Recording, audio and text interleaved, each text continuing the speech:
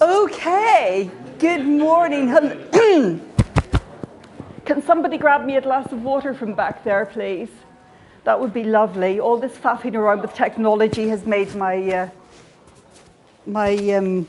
throat very, very dry.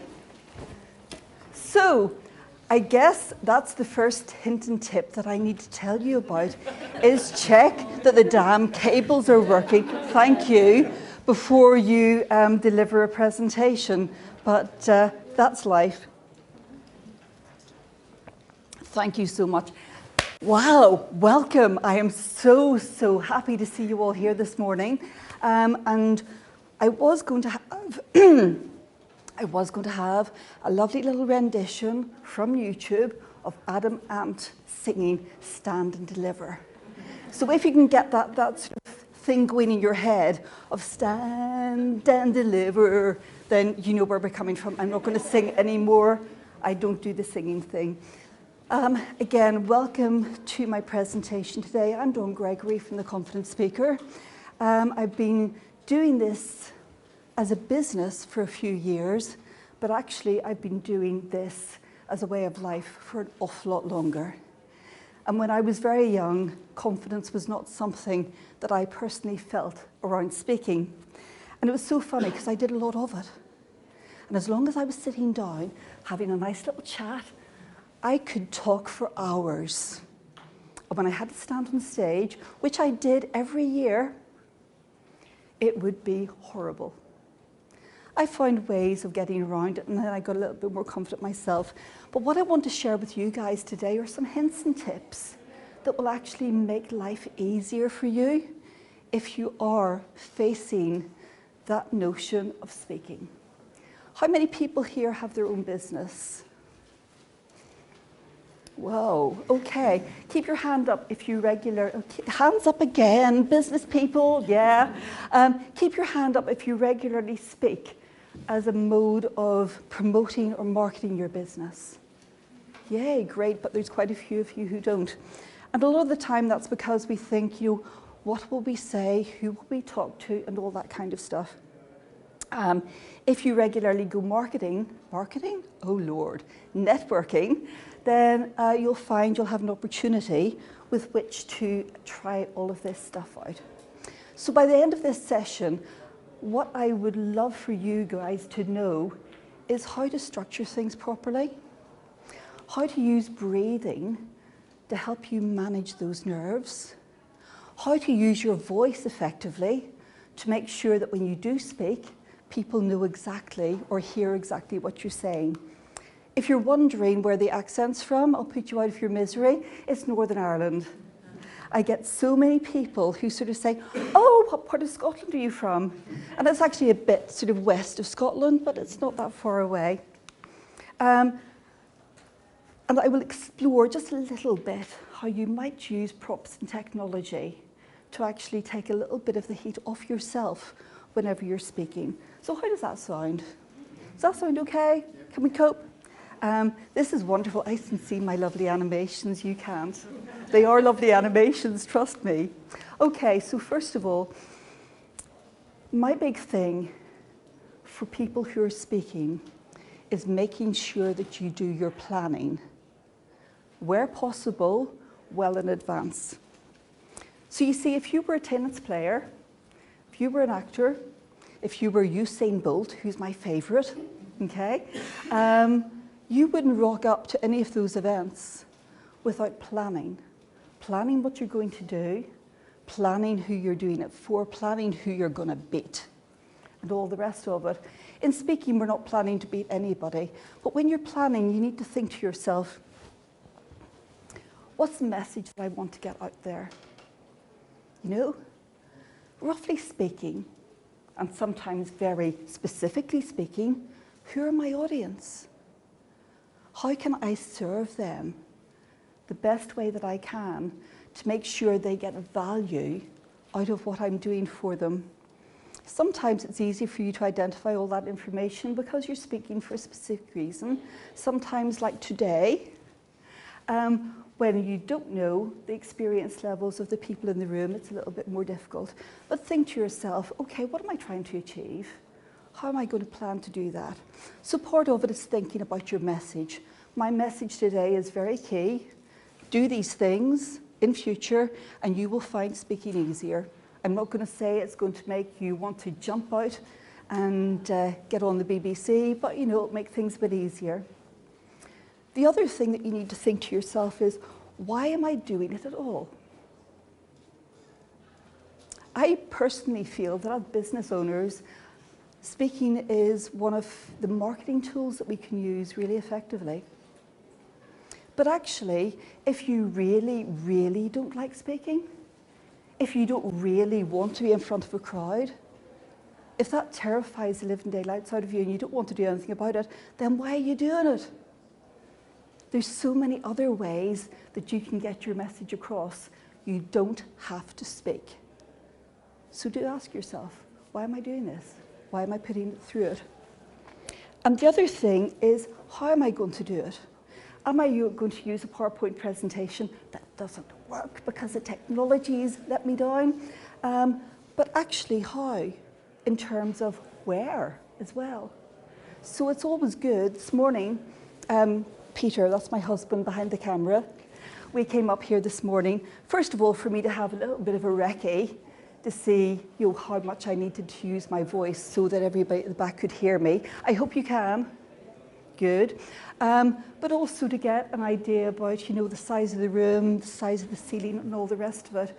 Because the last thing that you want to do is to come into your room and think, oh Lord. I actually did this in Southampton about 1.5 years ago. I went to speak at a networking event and I'd never been to the restaurant before, and the ceiling was low and the acoustics were dreadful and people could not hear me at the back of the room because of that.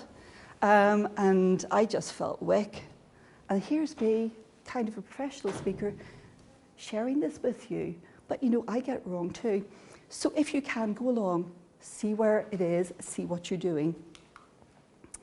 And then the next thing you want to do, once you've identified, this is what I'm going to speak about, this is who I'm speaking to, this is where I'm going to do it, this is how I'm going to do it, then think about how you're structuring your bits and pieces.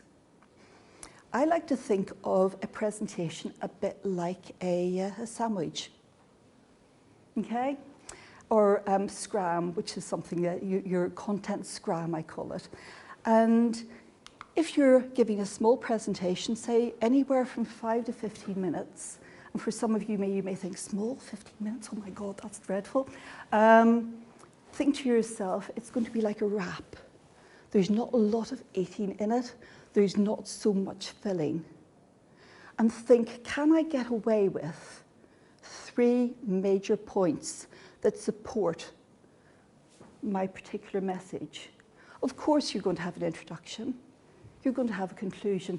But those things in the middle, can I do that in 3 main points? If you're actually doing a much larger presentation, then you can take it up and do 6 points or 9 points, or depending on how long you're speaking. But if you try and put too much into your presentation, what you're doing is you're basically using a scattergun approach. And then when you say to people at the end of the presentation, well, what one thing can you remember from what I've said today that you might use? And you've given them 50. It's like, oh my God, she's putting me on the spot. So think about that. And think of it in terms of a sandwich. A wrap is small. Your normal doorstep is a medium-sized presentation, or you can get one of those big baguettes that take a lot of eating. You're going to have more information in there. So think about it, but at all times when you're putting those together, again, be very focused. What is my message? What do I want my audience to take away? So I'm just going to go flicking through this, because it's funny when you don't have it on the screen. You get through it an awful lot faster. But there you go. The other thing that you might want to think about at this stage is when you're putting these points together, what do I want my audience to think, feel, or know? You know what your business is. is something you're going to talk about thought-provoking, and you want them to go away and think a little bit more about that before they make any decisions? Do you want them to know something? You could be giving them information that is really relevant to their business or to their life, and you want them to remember that. Or do you want them to send them away with a feeling? They feel good about themselves, they feel good about the message that you've shared with them, or whatever. I think it's Maya Angelou, although it could be Oprah, or somebody else, said people very rarely remember what you say to them, but they do remember how you made them feel. And so I think that's one of the big things. So now we're going to get to the interactive part. And luckily, this doesn't take too much space, but I will need people to be standing up in a minute, okay? So everybody gets a bit nervous. Everybody gets a bit of a dry mouth, depending on the heat of the room. Nerves and anticipation are two sides of the same coin. You can either say, I'm really, really nervous. Oh my God, I'm so scared. They're going to eat me alive. It's dreadful. Or you can think, I'm really excited. This is going to be such a good opportunity. Oh, I'm trembling with excitement. Tremble with excitement, tremble with nerves. Brain doesn't know any different. But hold on. If it gets to the point where it feels as if it's going to overwhelm you, one of the things you can do is just simply breathe. And that sounds probably a bit weird sometimes, but your brain is taking all that information. It's thinking, oh my God, there's a saber-toothed tiger in the room. There's a hairy mammoth. It's going to eat us alive. Fight, flight, or freeze. How you tell your brain that actually that's not the case is you adjust your breathing. So could I please ask everybody to be upstood? And now the first thing that you need to do before we do any breathing is, can you wiggle your knees just a little bit? Yeah, move your hips, because it's really about you loosening ourselves up a little bit. Yeah, a little bit shoulder action. Yeah, no, well, we could do, yeah, no, that's for a longer presentation, you see, to be able to do the dance. Now, the other thing I have to say, when you're standing, we don't want locked knees. Locked knees means that your muscles are all tight, your tummy's tight, your chest is tight, and all the rest of it. And all you're going to do at the moment is you're going to breathe in through your nose and breathe out through your mouth. So breathe in and breathe out. Oh, that feels good. Breathe in and breathe out. Okay, so if you're still feeling a wee bit angsty on it, what's really good is to take control of your breathing. So I'll talk this and then we'll do it together, okay? You breathe in for a count of 4, you hold for a count of 4, you breathe out for a count of 4, and you hold for a count of 4. And we're going to do 2 cycles of that, okay? And you just follow my instructions. Now, if I have any athletes in the room, and you want to do this at home, you probably have good lung capacity. You might have to take it up to 6 or 7. But for today, we'll do 4s, okay? So we're breathing in for 4. 1, 2, 3, 4. Holding. 1, 2, 3, 4. Breathing out. 1, 2, 3, 4. Holding. 1, 2, 3, 4. Breathing in. 1, 2, 3, 4. Holding. 1, 2, 3, 4. Breathing out. 1, 2, 3, 4. And holding. 1, 2, 3, 4. And breathe normally. Okay? You can sit down again. Interestingly, with that exercise, what you're doing is you're telling your brain, I'm looking after the breathing. Because let's face it, is it the automatic nervous system or something like that there, looks after that nicely so we don't die. But whenever you take control of your breathing, it just helps. Particularly that bit at the bottom when you've breathed out and you're holding for the 4. What's happening is your brain is kind of thinking, I want to breathe in, I want to breathe in. And you're saying, no, you're not. You've got to wait for 4. And all of that circular breathing just calms everything down. I find it very, very useful. One of my clients, who actually is a really good speaker herself, and she speaks, as part of her work, she speaks with other people in the Speakers Club, sent me a nice little testimonial. And she says, and I'll just read it here, thank you for helping me. Last night I chaired 2 contests for speakers for a group of about 40 folk. I was nervous, stroke excited. You see, she's been trained by me. Yeah. Earlier in the day, so I practiced the breathing techniques you taught me.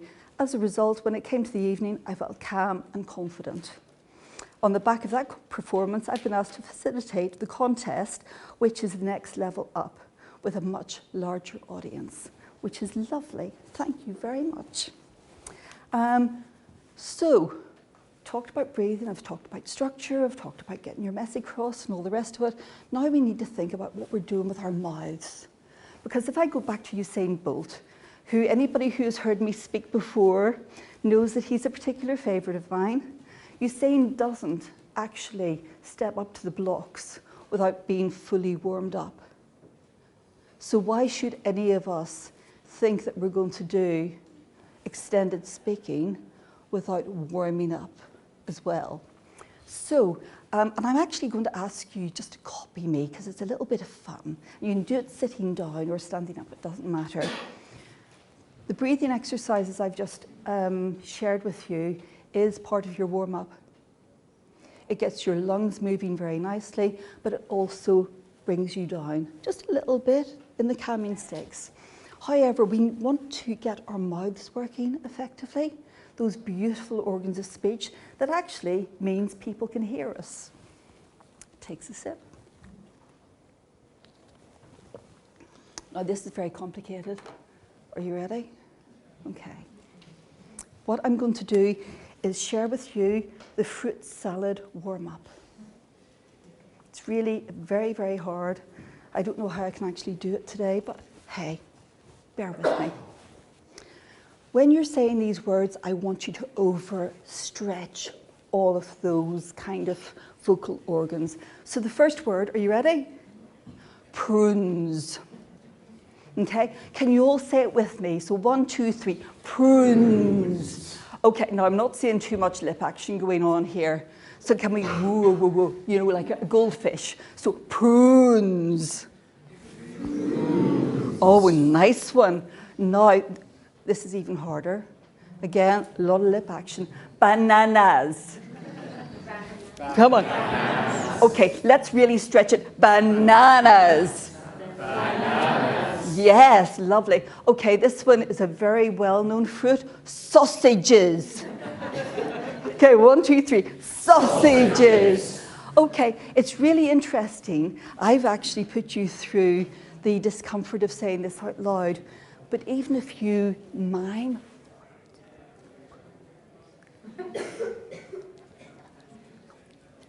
it's amazing how you're warming up your whole face. If you put your fingers at your jaws or your throat, it'll feel quite warm.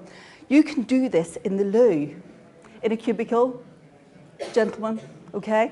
Because it's a bit weird if you're just standing in the middle of the loo and people are doing their business all around you, but you can do that as well. So using those certain things are really, really good. Now, there was another one. Did you use aubergines? Yes, aubergine. You don't have to do that. Aubergine. All these things are loosening up your jaw, warming up your tongue, getting your teeth working in the right direction if you put them in that day, and that's it. Okay. Very, very quickly about props and technology. Props and technology, if you are feeling a little bit worried about speaking, are such a good thing because it takes people's focus away from you. Now, I don't mind you all looking at me. You know, this is kind of cool. I can cope with this. All day would be too hard, but for 20 minutes is okay. But sometimes it's lovely to have something on that screen because you can go to one side and everybody looks at it. You can pull out a flip chart. You can use tablets. You can use lots of different things. So if you feel that you don't want to be that person who's being looked at all the time, then find the technology. Now, I'm not the greatest PowerPoint presentation creator in the world. I will never pretend that I am, but I can do it passively, except for getting machinery to work, of course. And that can be really, really good. If you are going to use PowerPoint, if you're going to use technology, please do not let the day you do your presentation be the day that you actually first use it, because it just, if things go wrong, it really, really throws you. Okay, so what have we talked about today? We've talked about structure, we've talked about message, we've talked about our content scrum, we've talked about breathing, we've talked about warming up our mouth, and that's really all I have time for today, which is a bit unfortunate. I've left some little documents on the tables for you to take away. Please take them. I've got more if you want to grab one for a friend. Come and talk to me on stand 23. I'm doing the ahs and the ums now. I have a lovely Hotel Chocolat Easter egg that is just waiting for somebody to win it. In addition to that, I'm offering 5 clarity sessions for people who want to know a little bit more about what I do and who actually would like to learn some extra top tips. Okay? So thank you so much for being a terrific audience. That's us for today. Thank you.